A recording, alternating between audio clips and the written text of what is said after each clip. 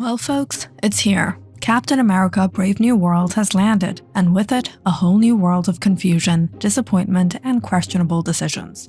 But don't worry, we're here to break it down. Pun intended, of course. Let's start with the big one. Hulk? Well, he's red now. And no, this isn't some sort of long-lost variant from the What If series. This is actually Thaddeus Ross, played by the legendary Harrison Ford, turning into the Red Hulk. Why, you ask? Apparently, he just couldn't resist the temptation of a new hue.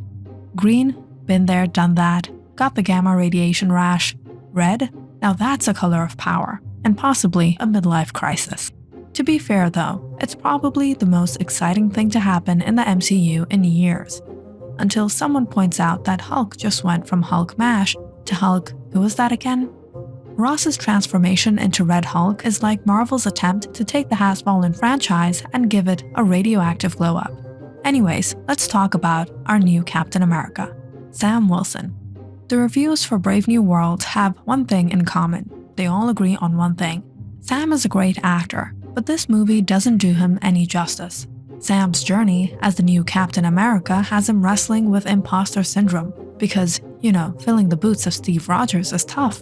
Steve was the guy who threw his shield with the precision of a dart champion, fought aliens, then made America's youth question their fitness levels. But Sam has wings now, and apparently he's decided those are a better look than the super soldier serum.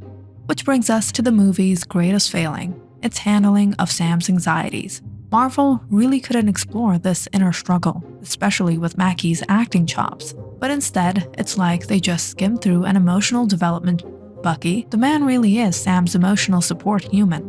The two are like a buddy cop duo, with Bucky playing the role of the motivational speaker who's still figuring out his own life. At one point, Bucky says to Sam, "He gave you that shield not because you're the strongest, but because you're you." Sam's response, a perfectly timed, "Did your speechwriters help you with that?" Oh Bucky, you spent the last 10 years being a villain, a hero, and an eternal guy who needs a hobby. But we love you anyway. Then there's the villain, the leader. Remember when the Hulk movies were supposed to make sense? The leader is here to remind us that sometimes villains are just, statisticians. The guys who say, based on the odds, I'm 99% sure I'll win this fight.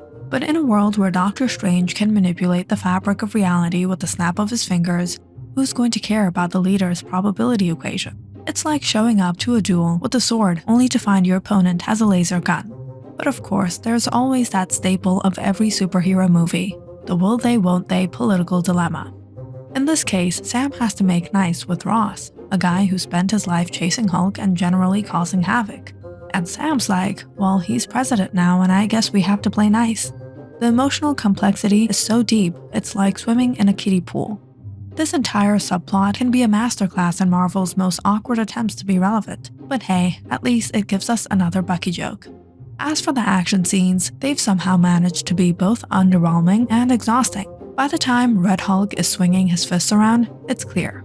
Marvel is just going through the motions, collecting a paycheck, and maybe throwing in some red dye for good measure. So what's the verdict? Captain America Brave New World is not the fresh start fans had hoped for. If you're hoping for a deep philosophical exploration or a knockout action sequence, you might want to look elsewhere. But if you're just in the mood for some mindless fun and want to witness the leader's odds of winning speech, spoiler, it's probably 50-50, then this one's for you. At least, it's not another Thor: Love and Thunder, so there's that.